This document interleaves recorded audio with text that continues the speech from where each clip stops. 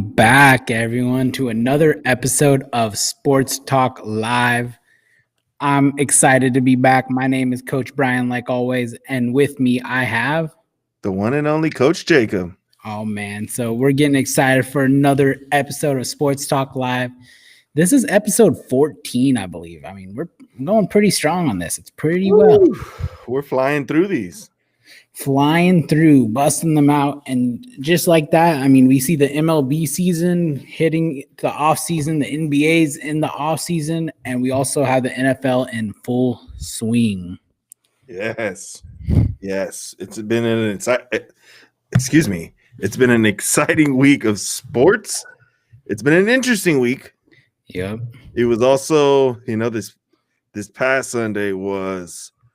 If you play fantasy football, oh my goodness, it was rough. I had a team put up 50 points. That's the least amount of points I've ever had in a week. Yeah, I'm going through a rough week in one of my teams. I'm going to have to start Devin Singletary and Zach Moss. Oh, man, I would not. You might want to pick up one of the Raiders' backup running backs because Josh Jacobs has missed 2 games in a row. Yeah, I know. I'm trying to figure out what I'm going to do. It's tough. It's tough. Anyways, let's hop on into basketball.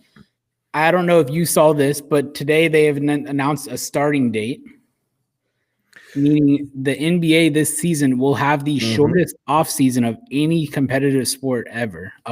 It's like 61 days, 71 days. Yeah. LeBron was out there tweeting about it. He wasn't too happy about it. What do you think? It's interesting. I mean, who would have thought that the season just ended and we're turning it around and starting up again next month, you know? So I'm kind of excited about it. I didn't expect it to happen that quick. I do that they need some time to recover, to kind of like practice with their new teams because the draft is going to be coming up. They're not going to have much from the draft date. They have pretty much a month to prep their whole team and free agency and all of that kind of stuff. That's a lot to do within just that 1 month alone. And it's tough to evaluate, your franchise. I'm guessing because I don't own a franchise, but I can assume it's tough to evaluate, what your franchise needs for the upcoming year in just that 1 month. So I can understand why players might be upset or something like that. I can see why some of them want to have a later date. But at the same time, just from a sports fan, I'm excited. Yeah, I mean, it's cool stuff. It's the shortest offseason ever of 71 days. They plan on starting in December, which will be interesting.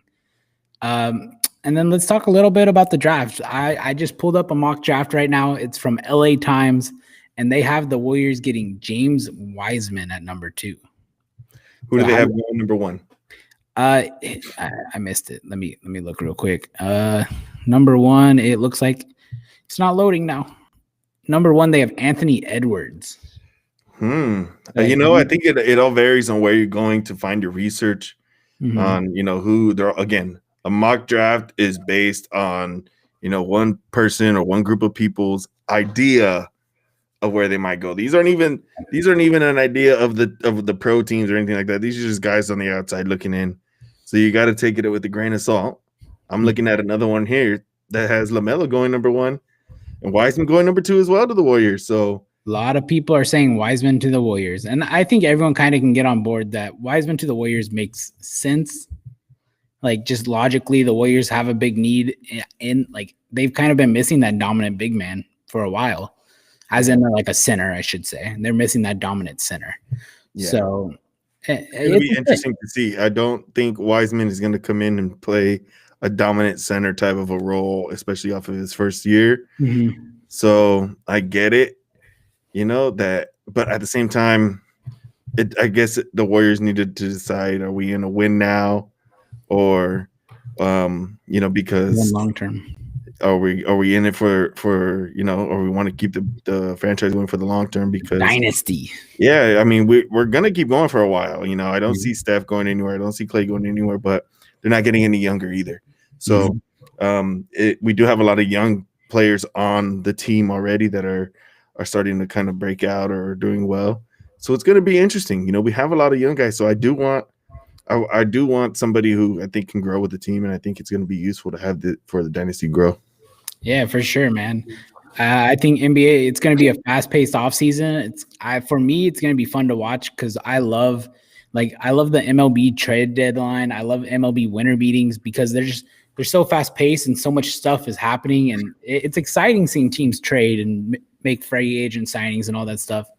And with the NBA season, like offseason being so much shorter, I think it's going to be a lot of fun. Yeah, and that means these next few weeks of sports talk are going to be exciting.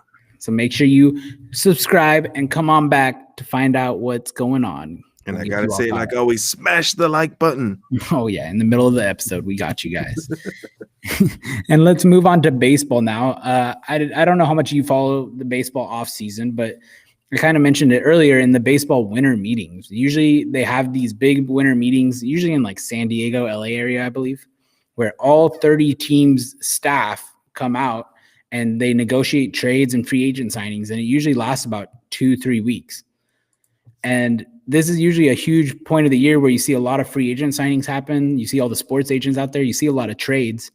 But this year, there's going to be no winter meetings due to the COVID protocols and safety procedures. So they're all virtual, which will make things very interesting to see if our team's going to make more moves. Are they going to make less moves? It's going to be interesting what goes on there. That is going to be interesting. That is interesting. I do want to throw this out there that your boy Mike Trout. Oh, my boy Mike Trout. Silver Slugger. Yep. We knew. My real boy is Donnie Barrels, the Giants' second baseman, Donovan Solano. He won a Silver Slugger. That's a huge deal for Donovan Solano. I mean, he's kind of a guy, he's like 32, 33 years old and never really got a legit shot in the MLB, and he got a lot of playing time this year and came out of it with a Silver Slugger. I love to see those type of stories where you see a guy go from like nothing to something. It's really cool. Do you have the list of the Silver Sluggers? I don't have them all in front of me. I know a good amount of them, though. There were quite a few from. Yeah, there's usually 9 for the National League and 9 for the American League. Yeah, so go ahead and check those awards lists. They just been released and see if your favorite baseball player made it to the Silver Slugger. And there's also Golden Glove awards for your top defenders. Check those out. Golden Glove. It's a lot of fun. Also, one of the really cool things that happened in the MLB in the past couple of days, the New York Mets have a new owner. Steve Cohen, billionaire, bought the Mets, and the Mets now have the richest owner in the MLB. Wow. So the Mets have an influx of a lot of new money.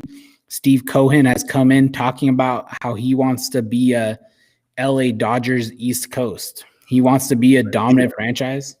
He's not afraid to spend money, he said. So, they've already started off strong. They haven't signed any major league contracts yet, but they signed a ton of guys to minor league contracts that are names that I shouldn't say most, but that a lot of baseball fans will recognize.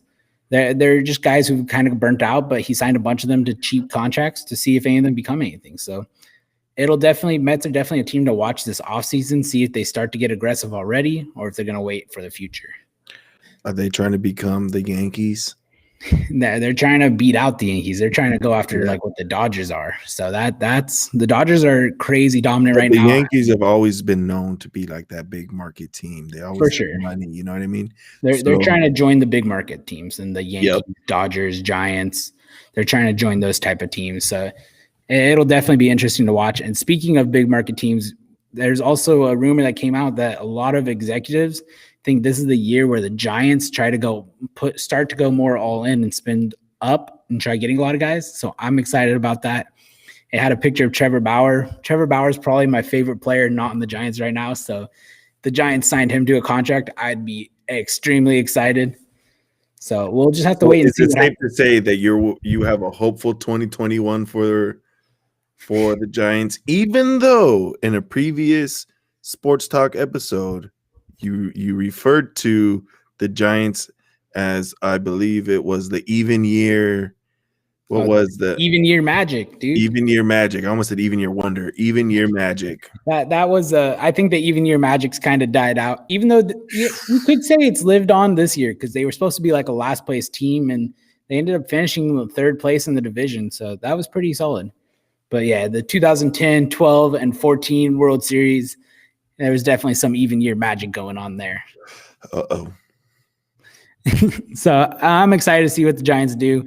I'm hopeful. I mean, there's a lot of trade rumors with Francisco Lindor, not necessarily to the Giants. He's on a shortstop for the Indians. For those of you that don't watch baseball, he's a young superstar. He's probably the best shortstop in the league. Some would say that's debatable, but he's definitely an elite baseball player. And the Indians are apparently likely to trade him as they do not want to pay him, it seems.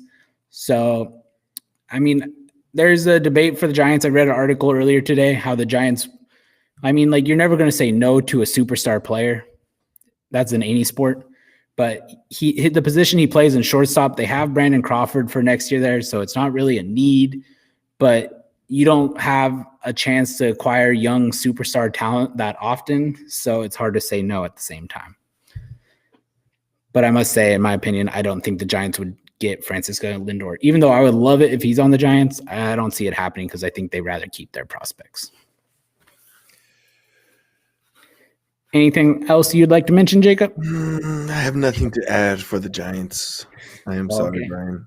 Okay. You want to move on to football then? Oh, yeah. Lovely, lovely football.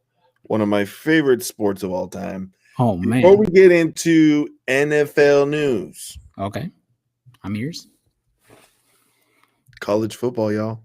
Oh, college football. I don't watch a lot of college football. Pac-12 is returning. Oh, yeah. I heard about that today. That's like what? Cal, Berkeley, Stanford, all those guys? Oregon? The Pacific teams. Colorado, Arizona State, Utah, Arizona, USC. A lot of our favorites from the Pacific.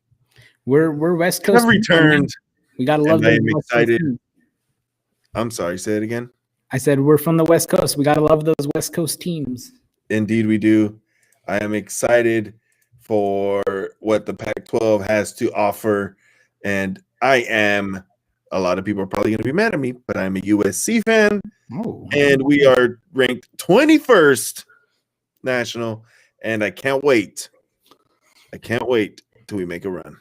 I must say, I've been a Clemson fan since like Deshaun Watson's first season where he blew up out there. I just love watching Clemson play, and I have for a lot of times. I think Dabo Swinney's a great coach, so I'm still pulling for Clemson.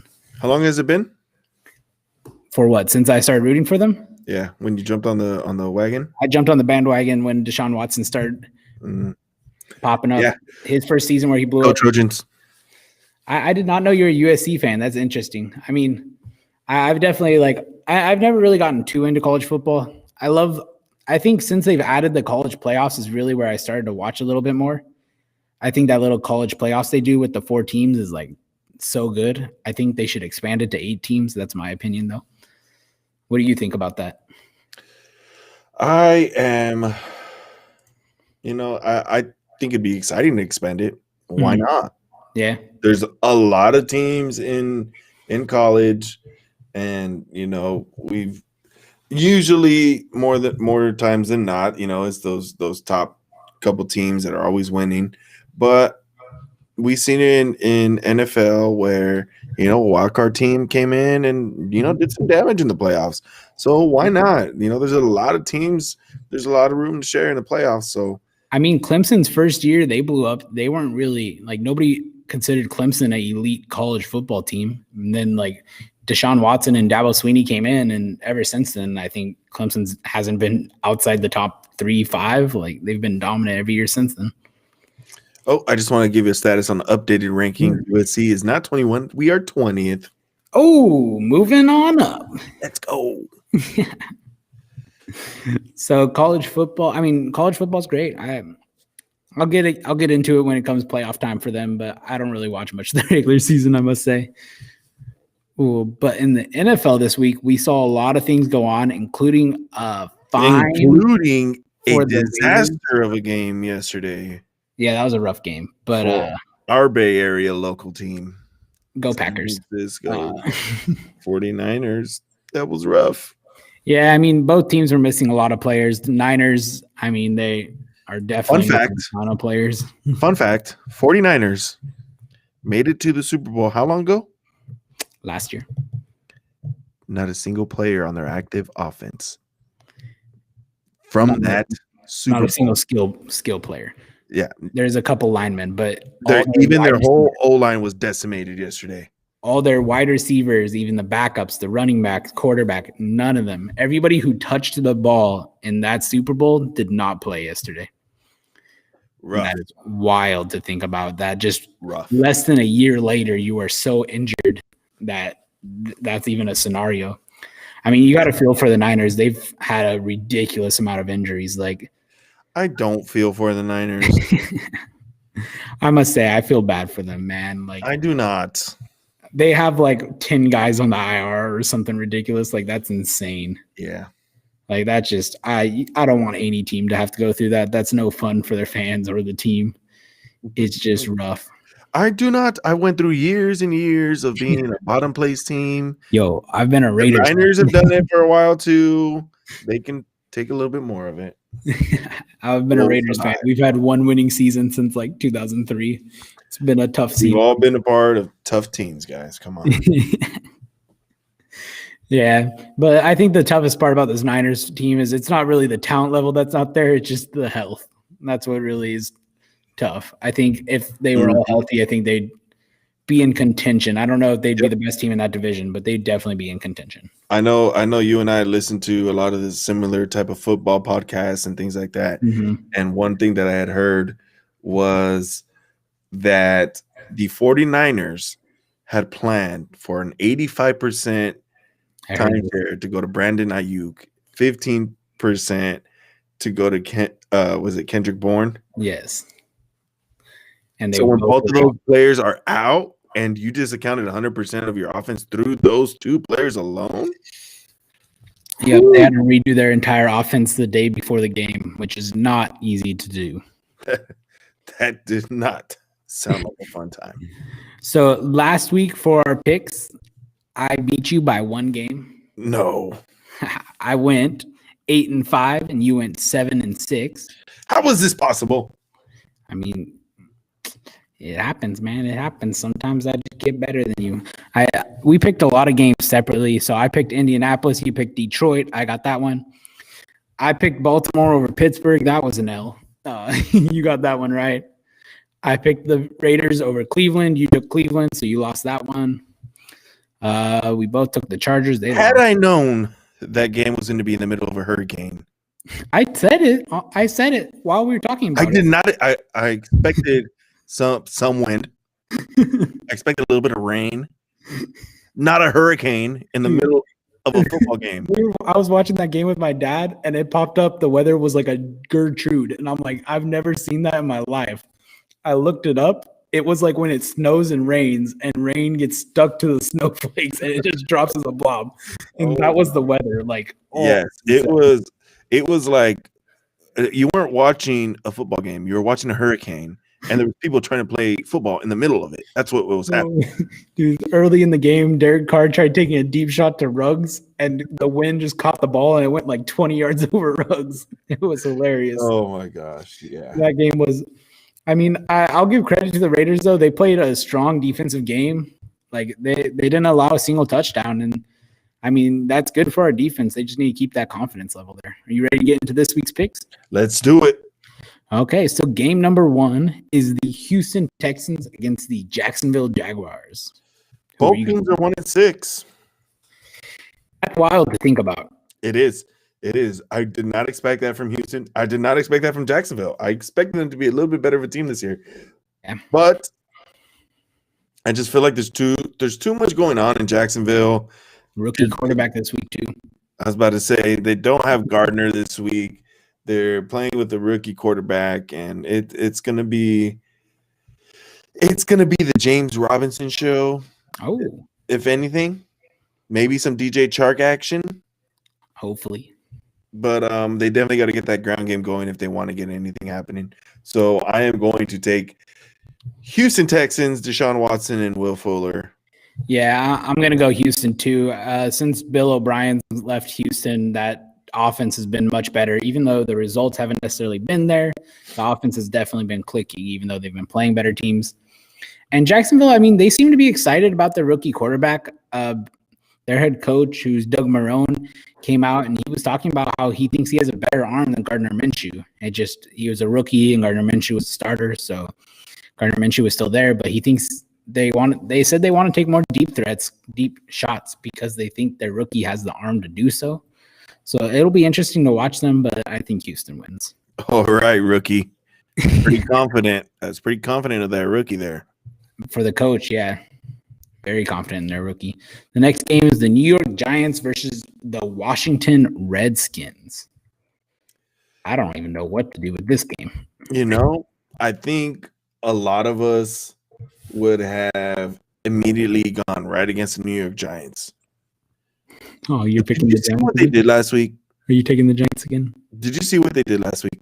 I did not. What did they do? Did I take the Giants last week? Let me check. I think I did. You did not. Okay, good. But you know what I'm getting at is who would have thought that they would have turned that into such a game? Oh, for sure. I did not expect that, especially after Tampa Bay extremely just destroyed the Raiders. Like they looked like an elite team, and then they struggle against the Giants. Like that doesn't make sense. Yeah, I'm still gonna stick to what I've been saying every episode and get it together, New York. And I'm gonna go with the Washington football team. But yeah, I don't know. I think it's possible that the Giants even do something, you know. This is gonna be a hit or miss, honestly. Yeah, I mean, I'm going with Washington too. I like Terry McLaurin. I like Antonio Gibson. The Giants have been having issues with Golden Tate. He seems to like loot. He tweeted out about how like he didn't want to be there. He liked some tweet about how he should play more. It was something. There's some dilemma, but I know in practice all week he's been on the scout team acting as Terry McLaurin. They haven't even been practicing. Golden Tate has been a solid receiver for the Giants. He has been, but he's been a diva this week, and it seems like he's lost his role. So that concerns me about their offense because I think they need him. I think he's one of their best receiver. So I don't know. I'm taking the Washington Washington football team. Got carried away there. Careful. The next game is the Baltimore Ravens against the Indianapolis Colts. Man, this is a tough game. I don't know.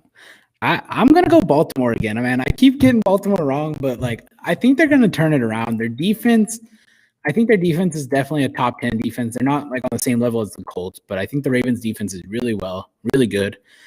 And in a battle of two defenses, I think it might come down to what offense can get something done. And I have zero faith in the Colts offense. So I'm going. I am also going to take Lamar Jackson and the Baltimore Ravens.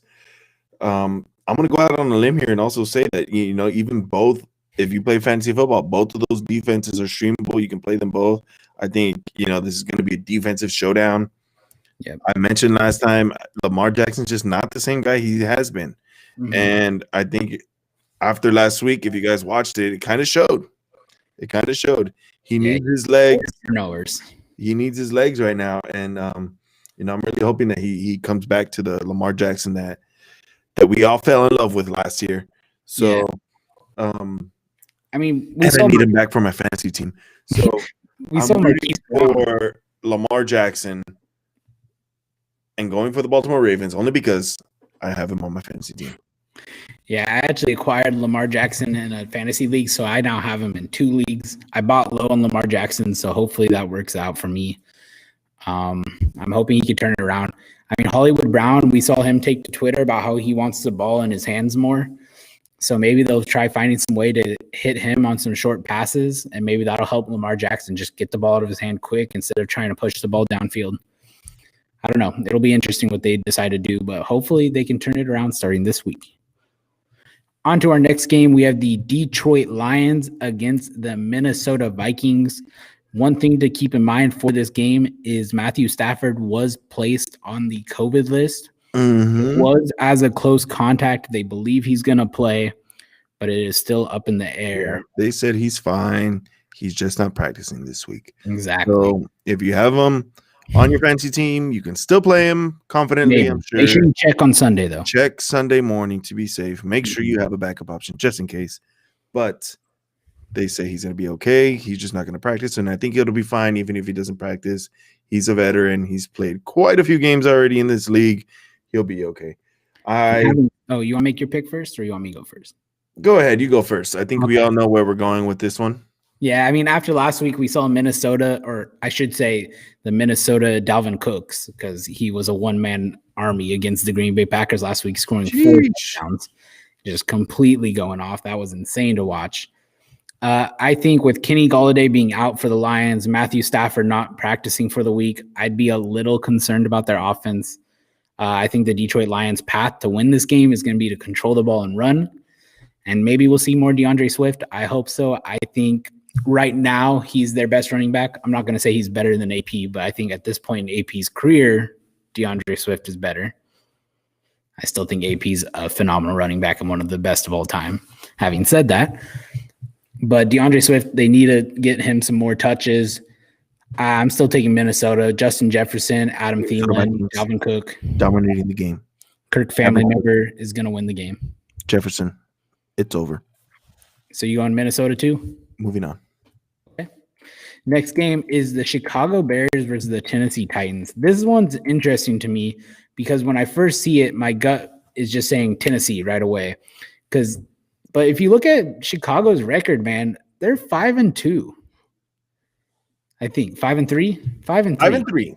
But they stay in every game. It makes no sense. Like Chicago, you look at them, you watch them. It's not a fun game to watch. Like their quarterback doesn't look great. It is a tough watch. A tough watch, but they keep staying close and keep winning games. It's tough to see David Montgomery running the ball. He actually didn't look as bad last week. I was about to say, but last week I was like, okay, you actually look like you know what you're doing out there. So, with that said, did you make your pick? Yeah, I'm going to go with Tennessee still, having said that. That said, I think I really want to go Chicago. Dude, I heard a stat earlier this week about Chicago's defense. They haven't allowed a QB1, which means a top 10 quarterback performance in fantasy football, since Patrick Mahomes did it against them in 2018. Wow.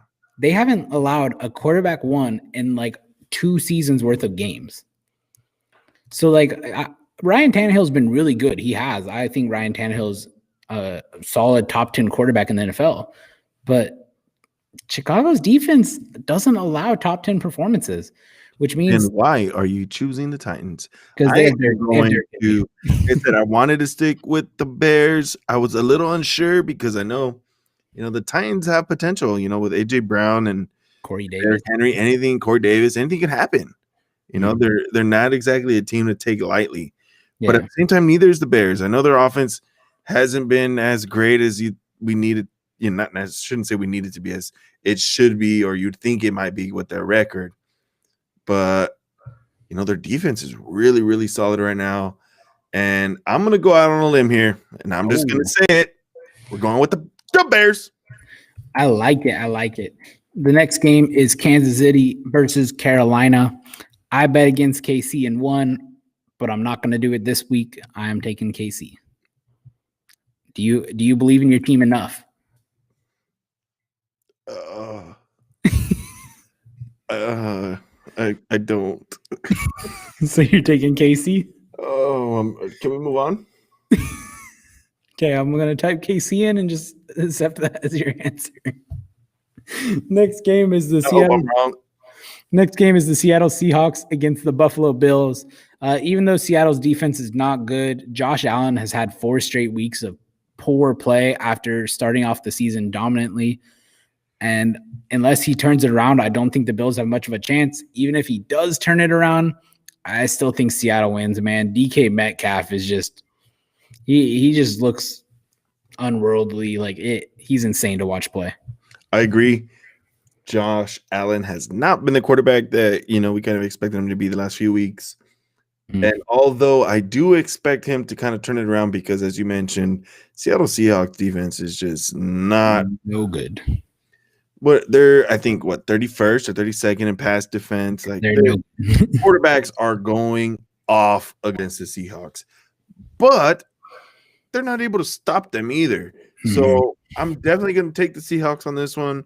You know, that offense is just too high powered right now. Nobody can stop the Seahawks. The crazy part is even with Chris Carson out, they've still been just as dominant. Yes, and he is out again this week. In case you haven't known, he's in all of my teams except for one. So he's been benched everywhere, which is one of the reasons why I'm having to play Singletary and Moss at the same time. And now I need a pivot. Okay, so our next game is Denver versus the Atlanta Falcons. I mean, Denver played who'd they play last week? Let me look at it. They played the Chargers. They actually came back and beat the Chargers. The Chargers had that big lead, and the Chargers are apparently the Atlanta Falcons of the West Coast, throwing games away continuously. Having said that, I'm going to take the actual Atlanta Falcons in the Atlanta Falcons. Yep, I am also taking Atlanta Falcons in this one. Man, you bet the Panthers to lose and the Falcons to win. Who is this guy? I don't know him. Next game is the Las Vegas Raiders against the Los Angeles Chargers. I'm going to take the Raiders. I think the Raiders, I mean, both these defenses have been really bad in the Chargers and the Raiders. It's going to be a scoring game. And I think with the Chargers not having Eckler, I don't know. I like the Raiders odds. I'm going to take the Raiders. Even though they might not have Josh Jacobs. So it might be a Devin Booker and Jalen Richard game. But, I mean, Devin Booker's averaging like 8 yards a carry on the season. He's been extremely good in his backup role. And I think Jalen Richard's very solid. If you're a Raider fan, you love Jalen Richard. If you're not a Raider fan, you probably don't know who he is. I'm not a Raider fan, so I'm going to call him Jalen Richard. Jalen Richard, I don't think, is the guy who's going to save. I didn't say it's him. I said Raiders. If Josh Jacobs doesn't go, can this be like one of those? You told me no when I wanted to do that a while ago, so no team. Oh man, that was a wishful thinking. But I wanted to say if Josh Jacobs does not play, I'm definitely taking the Chargers. I think even without Josh Jacobs, the Raiders' passing game, I think, can keep up. I'm going to take the San Diego Chargers. Ooh. I mean, Los Angeles Chargers. You can pick the San Diego Chargers. I'm pretty sure the San Diego Chargers won't do any winning this week. Los Angeles Chargers. Wow, San Diego. I mean, I said the Washington Washington football team's old team name, so we're both there with the mental slip-ups today. Next game is the Miami Tua Dolphins against the Arizona Cardinals. I mean, the Miami Dolphins defense looked dominant last week. Tua didn't even have to do anything to win the game against the Rams. I don't know what the Rams were doing. I think the Cardinals are a much easier defense than the Rams, so hopefully Tua gets going this week. I don't know. I'm nervous. He didn't have the best game last week, but I still think Tua is an elite quarterback. He just needs to find his rhythm. It's going to be interesting. Definitely. If Miami can still play the same type of D that they did last week, yeah, I think they have the ability to beat almost any team. Yeah. But they made minced meat out of the Rams. So if they can keep it up, then again they can be a pretty good team. The defense held them up the whole entire game. Tua didn't have to do much. Mm-hmm. I don't think it's going to be like that this time around. Tua's going to have to do a little bit more work. Yeah. Kyler is going to put some points on the board. I've mentioned how I'm not a big fan of the Rams offense, and I think they're kind of overrated in some aspects. So Arizona has a few more solidified weapons, in my opinion, than the Rams do. I think Arizona will gladly take the victory here. Yeah, I'm taking Arizona too. I mean, a lot of those Rams slip-ups last week were on Jared Goff. I don't think Kyler Murray makes the same mistakes. And the Dolphins are losing Myles Gaskin, who went on the IR. He's been a stud for them all season. And they don't even have Matt Breida, their backup. They have to roll out with Jordan Howard, who I have no faith in right now. who's just coming back off of an injury, by the way. Yeah, so I'm going Arizona Cardinals. Next game's Pittsburgh Dallas. I don't even think we need to discuss this. All right, we all know you're going Dallas. Oh, yikes. It's definitely going to be Pittsburgh. I heard someone say this week, the Pittsburgh, every time they're on offense, they could punt it on first down, and Dallas could have the ball essentially the whole game and still lose. I believe it. That was someone's theory. Dallas looks really bad. I mean, they're putting their practice squad QB in, Garrett Gilbert, in hopes he was better than Ben DiNucci.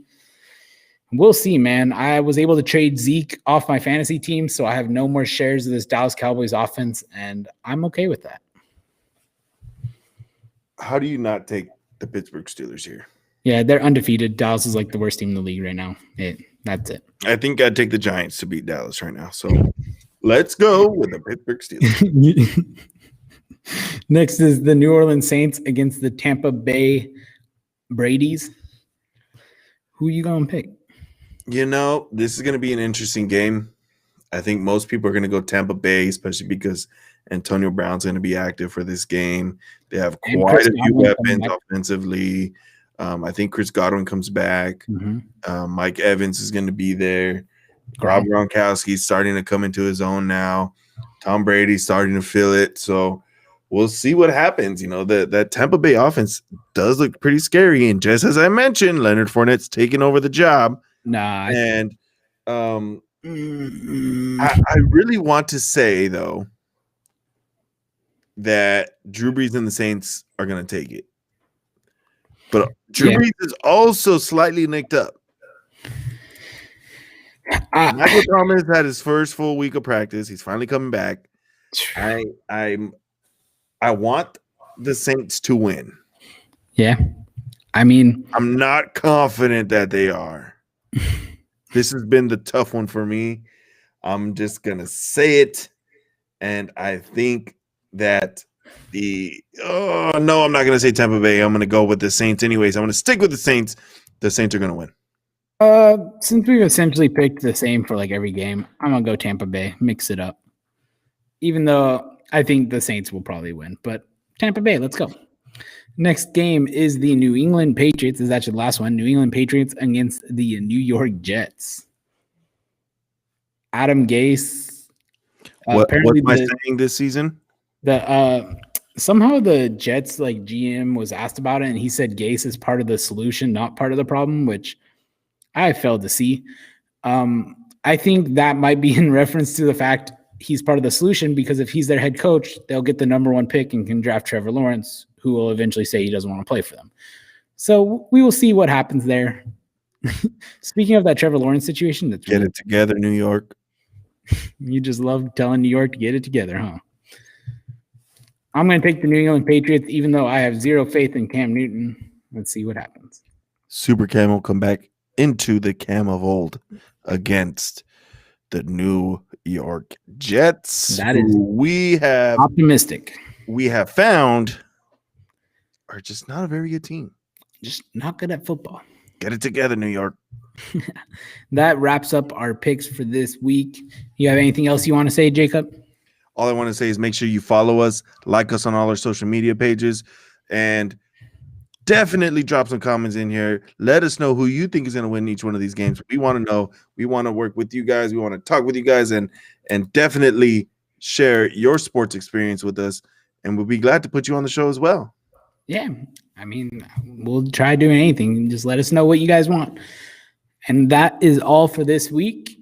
Hope you guys have a great week, and come back next week to find out what's going on. We out. Goodbye.